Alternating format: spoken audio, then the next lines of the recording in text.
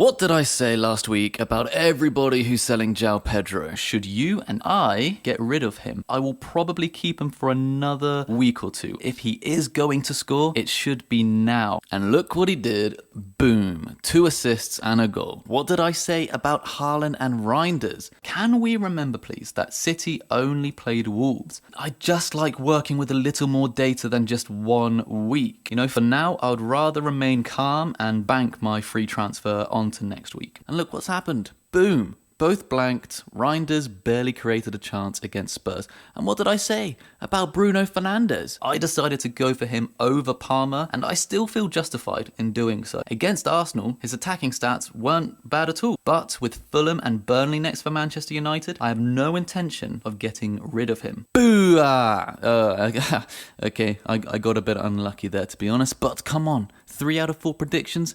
It's pretty good. Your boy FPL Sucks has clearly got some knowledge, so make sure you're subscribed right now to not miss any future videos and predictions because, well, I definitely need some help spreading the message. But now we're going to be looking at the FPL heroes and zeros from game week 2 and then make our strategy for game week 3 and beyond. And if you're lucky, I might tell you this week's lottery numbers too. Stay tuned. So let's get straight into the FPL heroes. Jack Grealish, he is looking good indeed. A full 90 minutes on his home debut, and he looks up for assisting anybody with anything. Need a hand moving house? Jack will assist you. Need help organising a night out? Jack can definitely assist you with that. Need help with your school homework? Actually, maybe it's best to ask someone else. But certainly, if you want goals, Jackie Boy's the man with 2 assists. And at just £6.5 million, him and his thick locks are looking more attractive than ever. And if we remind ourselves of his potential the season before moving to City, where he had license to be kind of more creative, he nabbed 6 goals and 12 assists at Villa. Can he do so again at Everton?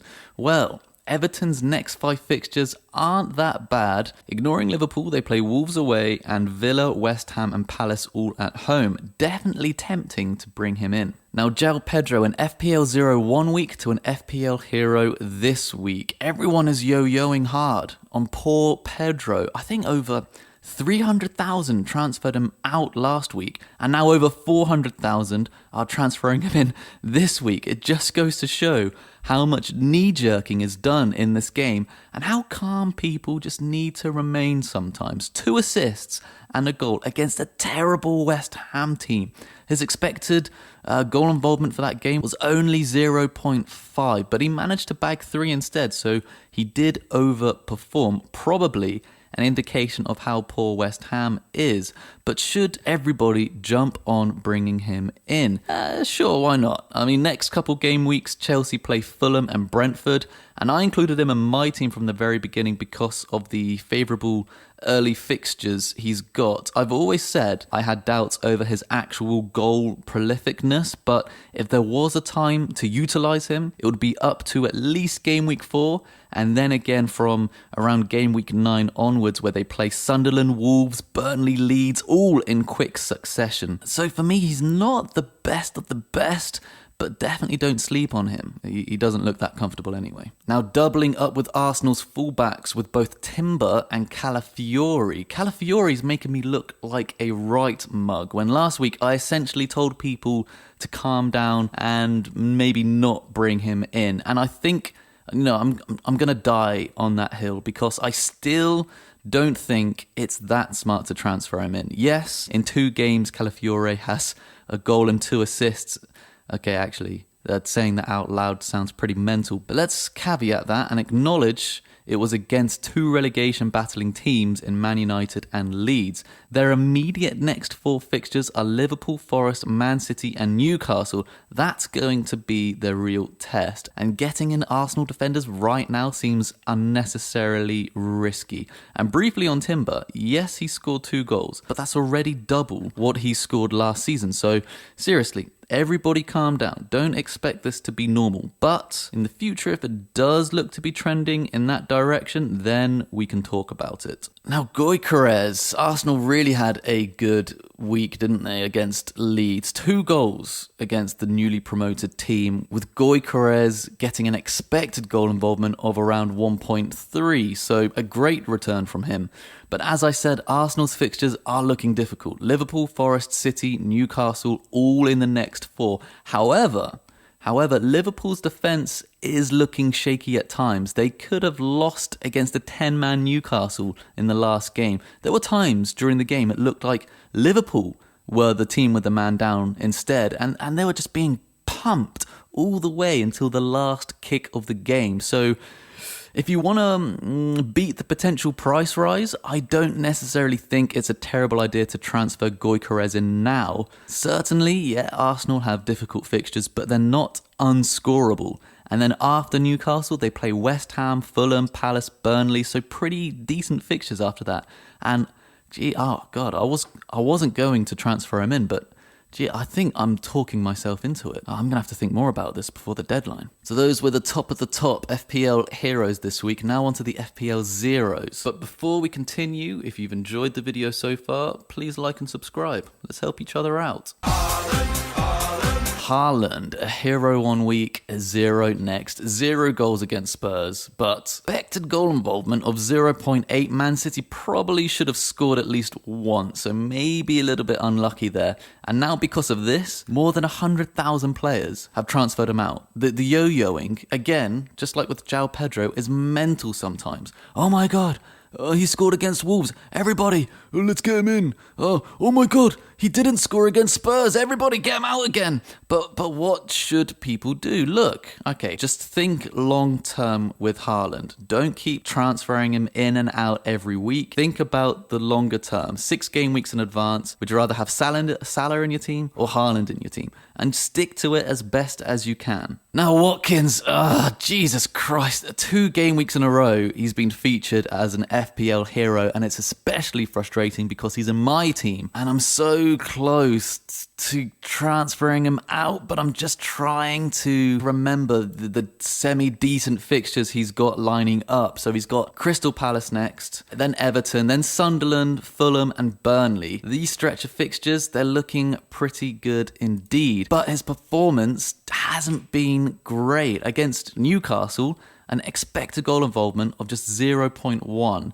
It increased against Brentford to around 0.5, so he could have scored, and I did see a chance for him when watching the game, but there were just times where Villa just looked so frustrating, and it doesn't look like they're going to score a goal. I have 2 free transfers to use. I already used up one of those transfers in midfield, which I'll talk about later, and should I take out Ollie Watkins and bring in Gyokeres? It's tempting. I'm going to have to think really hard about it this week. But moving on to the other 0, Wirtz. Another player who occupies a spot in my team. He did not have a good game against Newcastle at all. He looked semi-promising against Bournemouth. He had an expected goal involvement of 0.2. Against Newcastle, 0.1.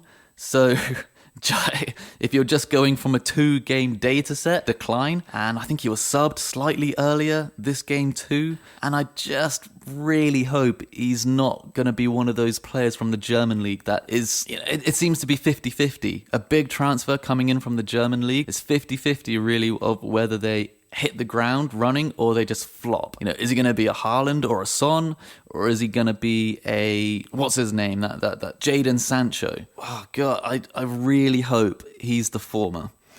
I've got my fingers crossed. I'm not going to sub him out just yet. What are Liverpool's fixtures looking like? They're not terrible. I mean, after Arsenal, they have Burnley and Everton. Derby games are always difficult, and then Crystal Palace and Chelsea. Not terrible, but I don't think I'll be subbing him out just yet before my wild card in game week 6. Now on to Bruno Fernandes. Oh god, 3 players, 3 FPL zeros in a row, and all of them, they occupy a space in my team. Bloody annoyed with this one. Skying that penalty. What did he see? His cheating ex-girlfriend in the crowd or something? Was he aiming for her? God, he really should have scored and returned. I put him in my team against Palmer, which, in hindsight, not having Palmer in your team was a great idea. But going for Bruno Fernandes instead? certainly doesn't seem to be a good idea. But with Burnley at home next at Old Trafford, I can't see me transferring him out just yet. If he really performs poorly against Burnley, then kick him out against the next fixtures, Man City and Chelsea. I probably have no hope for him. I will cut my losses for Bruno Fernandes. If you have him, should you get rid of him? I'd suggest probably banking your transfer. Like I said, he has Burnley next, so just see how he does against them first. So those were the FPL heroes and zeros. Now on to my team. How did I perform? How did FPL Sucks do? So 57 points this week for my team. A green arrow, but still a little disappointing. It could have been so much better. Aston Villa, Rodgers and Watkins both been absolutely poor in terms of their attacking threat the last two games. I've transferred Rodgers out now, and I've actually instead have put in Johnson from Spurs, the Spurs midfielder, who I've wanted in my squad from the beginning, but I freaked out when I saw Thomas Frank didn't select him against PSG in the Super Cup final. I thought maybe they'd fallen out or his minutes were in doubt. He wasn't going to be part of his starting team, so I just didn't include him. It happens to the best of us, doesn't it? But now I have finally subbed Rodgers out and went for Johnson because Spurs fixtures now after Man City are looking pretty tasty indeed. Let's have a look at who they've got. They have Bournemouth next. Now, obviously, there are no mugs. There are no pushovers. It's going to be a difficult game. I think probably actually Bournemouth might beat them. Typical Spurs. Beat Man City, lose to Bournemouth, but again, they're no mugs. But after Bournemouth, they have West Ham, who certainly are mugs. They have Brighton, then they have Wolves and Leeds, all in the next 5 game weeks. So really good fixtures. I would much rather have Johnson in this squad than Rodgers. So that's one of my free transfers I've used. I still have one more free transfer left, and I need to think about it before the next game week. I don't know if I'm going to use it for Watkins. I might stick with him for now. Bruno Fernandes missing that penalty. He's been getting defensive contributions, which is part of the reason why I have him in my team. He's an attacking threat, and he gets defensive contributions. So the only points really I've got from him in the last 2 game weeks have been from defensive contributions. And then Wirtz, oh God, he was so close to scoring against Newcastle. I mean, to be honest, it was a tricky setup. And it would have been an assist from Salah too. It would have been an assist from my captain Salah onto Wirtz. He would have scored, except it was just an unfortunate mishit. He wasn't too far from goal. Just a shame I missed out on those points. But enough with the depressing part of my team. Let's talk about the winners. So Kelleher, really happy he got the clean sheet. Annoyed about the yellow card, but oh well, 5 points from him. I was quite worried after their poor performance against Nottingham Forest. I wasn't expecting them to keep a clean sheet in the next game, but you pulled it off. Well done. You and your mustache, you're beautiful. Tarkowski got his defense contributions and got the clean sheet. Really happy. I mean, I primarily got him in my team for the defensive contributions, which I think 2 game weeks in a row he managed to pull off. But now he got his clean sheet, and now I'm really happy. So Tarkowski, he's a super differential. Not many people have him. I'd highly recommend you nabbing Tarkowski too. Caicedo, now, he's another player, only 5.5 million. I got him in just for the defensive contributions. He's not there to score goals for me, and especially with Chelsea's early fixtures, I was expecting a couple clean sheets too, at least, to boost up his weekly points tally. But, you know, against West Ham, they were so poor. Caicedo scored a goal, which is not why I brought him in, but it's certainly welcome. Lucky, but, you know, I'll take it. I'm happy with that. And, of course, we've spoken about Joao Pedro too. What a champ. I still have doubts, but again, he's in my team for the time being because the fixtures are just really good. I think when I come to wildcarding, I will probably get rid of him for a few weeks, but make space for him to come back. I think around, game week 9? When they have really good fixtures coming up against what should be kind of bottom half of the Premier League table. So he might be out of my team for a brief period, but in no means am I banishing him forever. It'll probably be only a brief exile. So there we go. Thanks very much for watching. If you enjoyed, please do like and subscribe, and let me know in the comments how is your team going so far? Are you panicking? Are you one of the knee-jerkers yo-yoing around with Haaland, Joao Pedro, or anybody? Myself, I am still confident. I'm not too far behind. I'm not too far in front. I'm amongst the herd, and I think this is where you want to be, at least in the first few game weeks, maybe up until the first 10 game weeks. We're collecting player data to help us make better informed decisions around mid-season and towards the end of the season, when we can really kind of sprint towards the finish line. So things are going well so far, and don't you forget it. Don't keep knee-jerking. Keep calm, cool and collected. This season I'm on the journey to the top 100,000. That's my goal. That's the FPL dream. So please do like and subscribe now to join me on that journey, because FPL sucks, and let's share the misery together. All right? See you later.